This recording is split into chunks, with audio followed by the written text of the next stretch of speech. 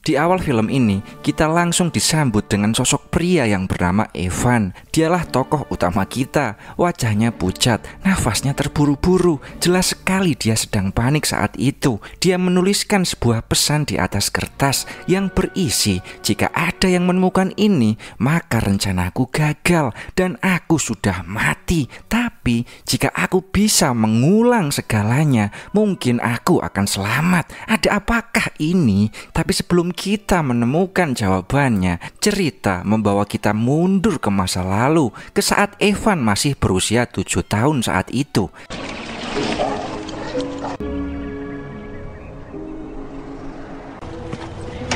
We're gonna be late again.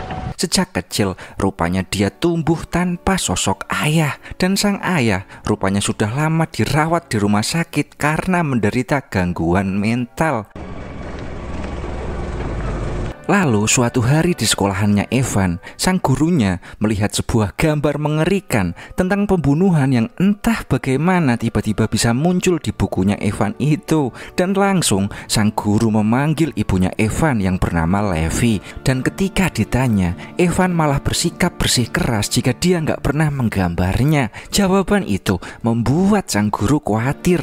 Apakah jangan-jangan Evan mengalami gangguan ingatan? Kita akan melihatnya nanti. Lalu malam harinya tiba. Levi membawa anak semata wayangnya itu ke klinik untuk menjalani sebuah tes gelombang otak yang bisa mendeteksi kelainan.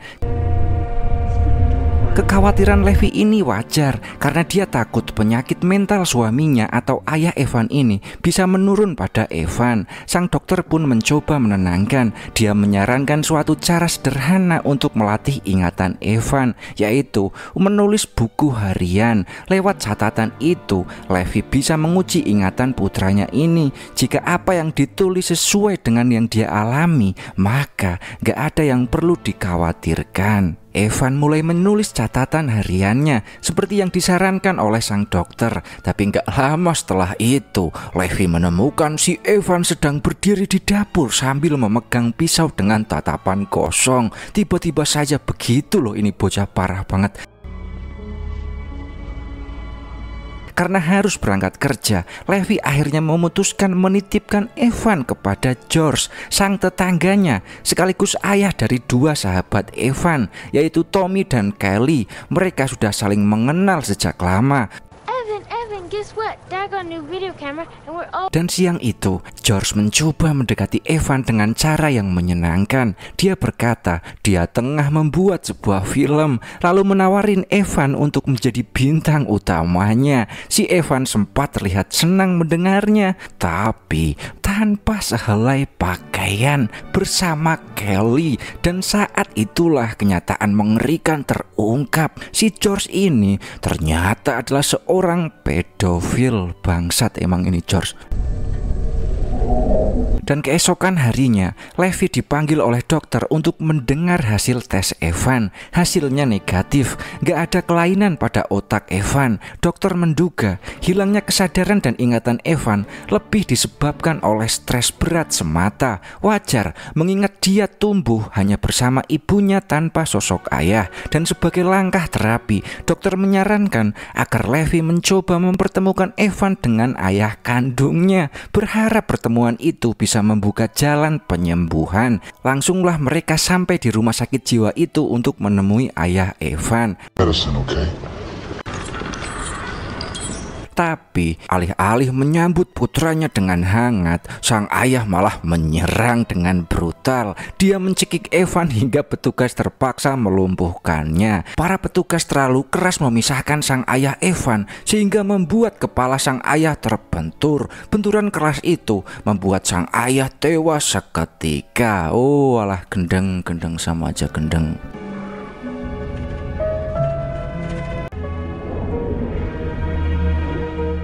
Dan singkat cerita, 6 tahun pun berlalu begitu saja. Kini Evan tumbuh sebagai remaja bersama sahabat lamanya, yaitu Tommy, Kelly, dan juga Lenny, anak para tetangga yang pendiam. Tapi bila diperhatikan, ketiganya, terutama si Tommy ini, berubah menjadi remaja yang nakal. Ya wajar saja, karena Tommy tumbuh di bawah didikan keras sang ayah, si George, yang ternyata adalah seorang itulah. Dan suatu siang, Tommy berniat menjahili tetangga dengan memasukkan petasan ke kotak surat. Bukannya melakukan sendirian, dia malah menyuruh si Lenny yang malang. Petasan yang dibawa Tommy ternyata sebatang dinamit. Dan tiba-tiba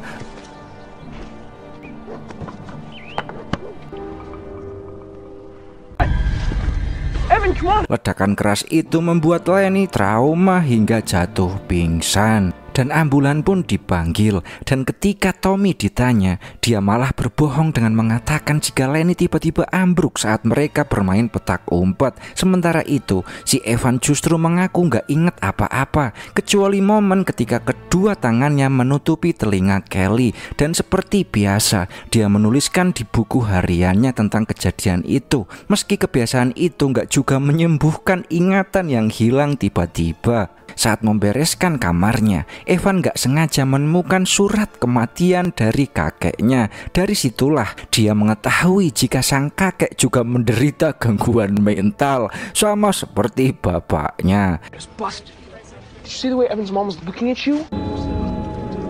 Untuk menenangkan diri, Evan pergi menonton film bersama Tommy dan Kelly. Seusai menonton, Evan mendekati Kelly yang tampak murung. Rupanya dia baru saja mendapat hukuman dari bapaknya setelah kejadian Lenny itu. Evan mencoba menghiburnya, dan dalam suasana yang larut, mereka malah bercumbu. Naasnya Tommy melihat kejadian itu. Rasa cemburu bercampur amarah membuncah. Dia akan memarahi Evan, tapi sebelum sempat bicara, orang asing di sebelahnya malah mencibir, menyebutnya anak nggak berguna. Amarah Tommy pun meledak. Dia menghajar orang itu, seolah melampiaskan kekesalan yang selama ini dia pendam.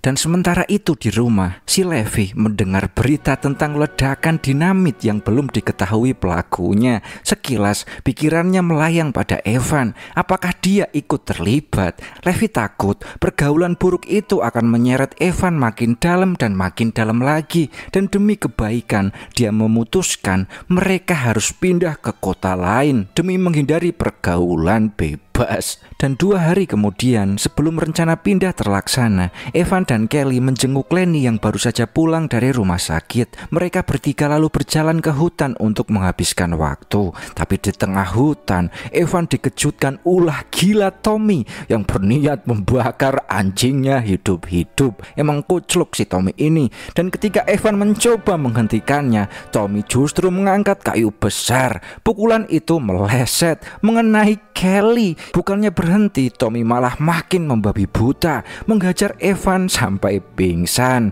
Saat Evan tersadar, ingatannya kembali kosong. Yang tertinggal hanyalah pemandangan jika Lenny dan Kelly yang berdiri kaku di situ menatap hewan itu yang sudah terbakar.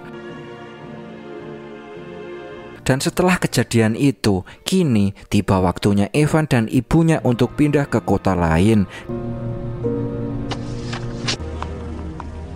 Dan kini 7 tahun pun telah berlalu. Si Evan kini menjelma menjadi pria yang tampan sekaligus mahasiswa teladan. Sejak berpisah dengan ketiga sahabat masa kecilnya, dia nggak lagi mengalami hilang ingatan ataupun kehilangan kesadaran secara tiba-tiba. Dan untuk pertama kalinya, Evan bisa hidup normal seperti orang pada umumnya. Dan di asrama kampus itu, dia sekamar dengan seorang teman yang bernama Tamper. Bukan teman biasa, melainkan anak metal yang gemar berdandan ala gotik-gotik gitu. Penampilannya yang nyentrik sering jadi bahan ejekan, tapi cukup sekali gertakan darinya untuk membuat para pengejek bungkam. Suatu sore, si Lisa atau teman perempuan Evan ini secara nggak sengaja menemukan buku harian milik Evan. Karena dia penasaran, dia meminta Evan membacakan salah satu kisah hidupnya. Dengan ragu, Evan pun membuka catatan tentang hari kelam ketika Tommy membakar anjingnya. Tapi baru separuh dia membaca, tiba-tiba saat itu juga dia merasa seolah-olah benar-benar kembali ke masa lalu. Dalam ingatan itu, dia melihat Tommy dengan wajah yang beringas mengancam akan membakar anjingnya sebagai peringatan agar Evan gak mendekati si Kelly. Tommy juga menakut-nakuti Lenny, memaksanya diam atau dia akan disakiti. Ketegangan itu terasa begitu nyata, dan ketika Evan terbangun, ada yang aneh, dan apa yang baru saja dia alami itu bukanlah sekedar mimpi biasa, melainkan sesuatu yang lebih. Dan untuk mencari kepastian, dia memutuskan pulang ke kampung halamannya dan menemui Lenny. Di sana, dengan suara terbata-bata, Lenny menceritakan ulang kejadian di hutan 7 tahun yang lalu, dan dengan detail dan dialog yang persis sama dengan yang Evan lihat dalam mimpinya. Dari situlah Evan yakin dia benar-benar bisa kembali ke masa lalu, bukan sekedar halusinasi. Dan kemampuan itu hanya bisa diakses ketika dia membaca buku hariannya. Dan oleh karena itu, dia kali ini membuka buku catatannya lagi tentang peristiwa ketika Lenny pingsan di dekat hutan. Dan seketika Evan kembali ditarik ke masa kecilnya. Dia melihat dirinya bersama Tommy, Kelly, dan Lenny. Mereka menaruh dinamit dalam kotak surat tetangga. Tanpa sadar, dia menjatuhkan putung rokok yang membakar bajunya hingga melukai perut. Dan gak lama, sang pemilik rumah tiba. Seorang wanita muda yang menggendong bayinya. Mereka mendekati kotak surat itu tanpa tahu di dalamnya ada dinamit. Dan ledakan pun terjadi, menewaskan ibu dan balita kecil itu seketika. Dari situlah Evan akhirnya mengerti alasan Lenny pingsan hari itu, karena trauma, karena dia sendiri yang diperintah Tommy untuk menaruh dinamit. Dia telah membunuh ibu dan bayi itu. Oh, walah, jadi kayak gitu alasannya. Dan ketika Evan kembali ke masa kini, dia merasakan perih di perutnya, tepat di tempat yang sama seperti saat rokok membakarnya di masa lalu. Luka itu nyata, dan dari situlah Evan nyimpulin jika perjalanan waktu bukan sekedar mengakses memori semata, melainkan benar-benar mempengaruhi garis waktu. Tapi bedanya bukan tubuhnya yang pergi, melainkan pikirannya yang melayang ke masa lalu dan langsung menepati tubuh Evan kecil saat itu. Karena itulah ketika dia kembali ke masa depan sekarang, Evan kecil gak mengingat apapun. Itulah alasan mengapa Evan kecil tiba-tiba linglung, hilang ingatan, dan lain-lain. Itu karena tubuhnya telah digantikan oleh Evan dari masa depan yang melakukan perjalanan waktu. Gila. Ternyata sudah mulai kebuka hal-hal stres yang terjadi di film ini. Jason, good grades? Please, he got straight A's without ever touching. Dan setelah itu, Evan bertemu dengan ibunya. Ibunya ini memberi selamat kepada Evan karena nilainya yang gemilang di kampus. Senyum di wajahnya tiba-tiba berubah sendu saat ia teringat pada Jason. Rupanya mendiang bapak Evan ini adalah Jason namanya, dan dia rupanya merupakan seorang yang jenius. Jason dulu bisa meraih nilai sempurna tanpa pernah menyentuh buku. Ucapan itu membuat Evan penasaran gimana mendiang bapaknya mampu mengingat segala hal dengan begitu baik. Ibunya cuma menggeleng, tapi dia pernah mendengar Jason menyebutkan sebuah metode khusus untuk mengingat sesuatu. Tapi baginya itu terlalu konyol, dan karena nggak ingin anaknya terlalu larut memikirkan hal itu, sang ibu pun mengajak Evan mengunjungi seorang peramal. Niatnya cuma untuk bersenang-senang, tapi jawaban yang keluar dari mulut peramal itu justru mencengangkan. Kau nggak punya memiliki garis kehidupan, katanya. Kau bahkan nggak seharusnya ada di dunia ini. Kalimat kejam itu membuat Levi tersinggung sekaligus pilu. No, really, what's his... Psychic, huh?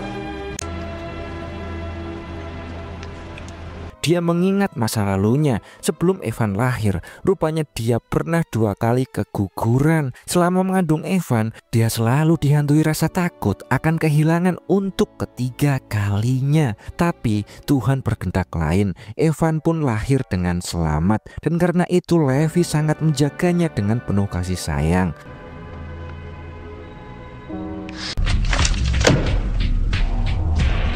Kembali ke asrama, Evan mulai membuka kembali buku hariannya. Dia berharap bisa menemukan jawaban dari potongan masa lalunya yang kabur. Tapi kebiasaan itu justru membuat si Tamper khawatir. Semakin sering Evan membaca catatan itu, semakin aneh pula tingkahnya. Dan akhirnya Evan pun menghentikan niatnya dan pergi ke sebuah kafe tempat Kelly di sana bekerja.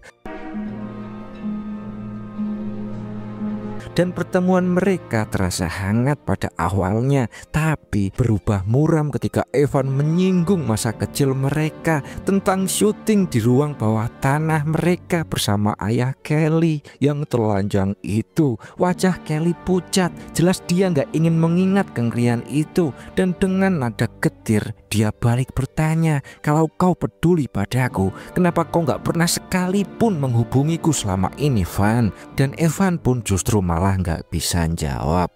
Look, it was a long time ago. I just think that something really bad might happen. Never gets better. Gak lama setelah itu, Evan pun kembali lagi ke asrama dan dia menerima kabar dari Tommy yang ngabarin jika Kelly bunuh diri gak lama setelah bertemu dengan Van Shit. Berita itu mengguncang Evan banget. She said you came and saw her last night. Dia yakin jawaban atas kematian Kelly tersembunyi di masa lalu, tepat pada hari kelam di ruang bawah tanah itu. Oleh karena itu, dia kembali menggunakan kekuatannya agar bisa balik ke masa lalu ketika syuting menjijikan itu dimulai. Dan dalam tubuh kecilnya itu, Evan memperingatkan agar George menghentikan perbuatan menjijikan itu. Dia menegaskan jika George tetap melanjutkan, maka Kelly akan trauma seumur hidup hingga akhirnya bunuh diri. Kata-kata itu membuat George ketakutan sekaligus sadar akan kebejatannya.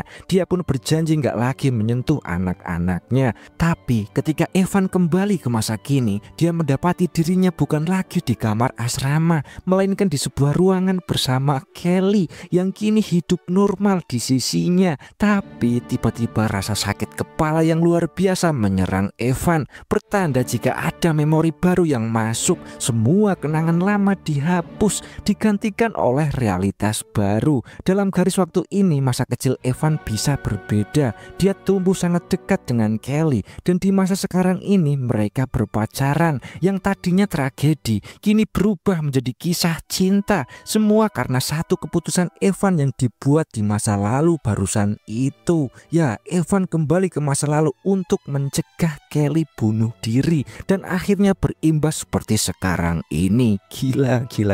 Atau singkatnya, Evan kini telah pindah realitas karena telah melakukan perjalanan waktu tadi itu yang membuat Kelly hidup. Dan di garis waktu ini, kehidupan Evan terlihat begitu sempurna. Dia berasal dari keluarga berada, populer di kampus, dan mudah menarik perhatian banyak orang. Tapi nggak semua perubahan di masa depan berjalan menyenangkan. Akibat perjalanan waktu dari Evan yang mengancam George waktu itu malah berbuah petaka. George melampiaskan amarahnya pada Tommy sehingga membuat anak itu tumbuh menjadi pribadi yang jauh lebih brutal dibanding sebelumnya. Semua rangkaian perubahan inilah yang dikenal sebagai butterfly effect paradox, di mana satu keputusan kecil di masa lalu akan mengubah segalanya di masa depan. Itulah kekeosan yang terjadi di film ini, benar-benar chaos dan stres. Tapi meski begitu, Evan sempat merasakan kebahagiaan di garis waktu ini. Dia kini berpacaran dengan Kelly, gadis yang sudah lama dia cintai. Mereka bahkan menghabiskan malam romantis bersama. Evan berjanji akan menikahinya, tapi sikapnya yang tiba-tiba begitu romantis membuat Kelly itu heran. Baginya Evan yang sekarang terasa berbeda. Cara bicara, sikap, bahkan perasaannya, semuanya terlalu instan dan gak natural. Hal itu wajar karena Evan kini adalah sisa dari realitas lamanya, bukan hasil dari proses hidup yang normal sedari awal. Ya karena Evan ini pindah realitas makanya dia kayak gini. Dan ketika mereka pulang, mereka malah dihadang oleh Tommy. Tommy! You got a nice life. What are you doing, man? Tommy malah ngejar Evan dengan tongkat baseballnya, tapi Evan lebih cepat, lalu menghajarnya balik dengan amarah yang membara hingga tanpa kendali. Pukulan Evan mengenai kepala dengan keras, darah pun mengalir dan tubuh Tommy tergeletak gak bernyawa. Evan malah membunuh Tommy. Stres. Akibat perbuatan itu, Evan dijebloskan ke penjara dengan label pembunuh berdarah dingin. Hidup di balik jeruji besi tentunya jauh dari kata menyenangkan. Dia sering dicaci maki, bahkan menjadi sasaran kekerasan. Beruntungnya di dalam, dia ditempatkan bersama seorang pria agamis bernama Junet. Sosok itu selalu menasihatinya, mengajarinya cara bertahan, dan menuntunnya agar nggak terjerumus dalam lingkaran setan. Dan suatu hari, ibunya datang menjenguknya. Dia membawa kabar jika pengacara yang ditunjuk keluarganya sedang berusaha membebaskan dengan alasan dia cuma membela diri. Tapi saat itu Evan meminta ibunya membawakan semua buku catatan hariannya. Tapi sayangnya yang dibawanya cuma 2 buah buku saja. Dan setelah itu sial menimpa Evan kembali. Sekelompok tahanan lainnya menghadang dan merampas buku hariannya. Tapi beruntungnya sebelum buku sempat benar-benar direbut, Evan berhasil merobek selembar catatan penting dari dalamnya.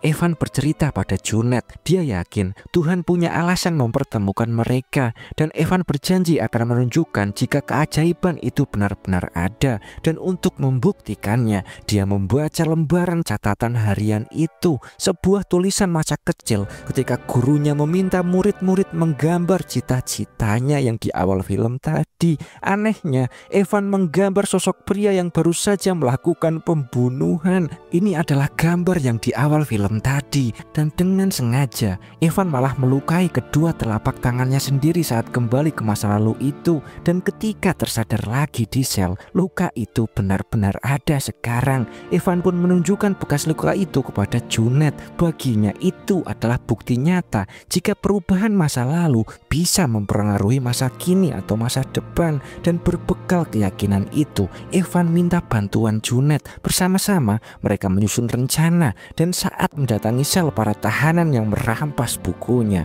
Evan gak memilih berunding. Enough with no spics or niggers. Come to daddy. Seperti gambaran di masa kecilnya, rupanya Evan sendirilah yang melakukan pembunuhan itu. Parah gendeng, stres. Evan pun berhasil merebut kembali buku hariannya, dan kali ini dia melakukan perjalanan waktu kembali dengan tujuan untuk merubah masa lalu. Ketika saat itu Tommy hendak membakar anjingnya, dan di masa lalu itu Evan memberi Lenny sebilah benda tajam untuk memotong karung tempat anjing itu terikat. Dan ketika Tommy tanpa sengaja memukul Kelly dengan kayu, Evan segera menegurnya. Ia menuntut agar Tommy menghentikan perbuatannya dan membebaskan sang anjing itu. Sebagai gantinya, Evan berjanji gak akan pernah lagi mendekati adik Tommy itu. Let me know! Lenny yang masih trauma akibat peristiwa dinamit malah menikam Tommy dengan besi tajam hingga tewas. Evan pun kembali ke masa kini, tapi malah di asrama bukan di penjara. Kepalanya berdenyut hebat, darah mengalir dari hidungnya sampai dia pingsan. Untung saja Tamper dengan cepat membawanya ke rumah sakit. Dokter yang memeriksa menemukan pendarahan pada darah bagian otak yang menyimpan ingatan. Tanpa penjelasan panjang, Evan pun tahu tahu jika itu disebabkan akibat tumpukan memori-memori yang berulang terus-menerus yang menyesuaikan dengan setiap realitas baru yang dijalani Evan akibat time travel. Inilah resikonya, dan meski berhasil bebas dari penjara berkat perubahan sejarah atau melakukan masa lalu, kini nasib Lenny justru memburuk, harus menjalani hidup di rumah sakit jiwa, terkena gangguan mental akibat membunuh si Tommy. Tapi bagi Evan, semua itu bukanlah akhir. Dengan kemampuannya untuk melakukan perjalanan waktu, dia percaya dia mampu mengubah segalanya di masa lalu dan menjadikan masa depan lebih baik. Hingga singkat cerita, kini Evan kembali melakukan perjalanan waktu ke masa ketika dia bertemu dengan ayahnya.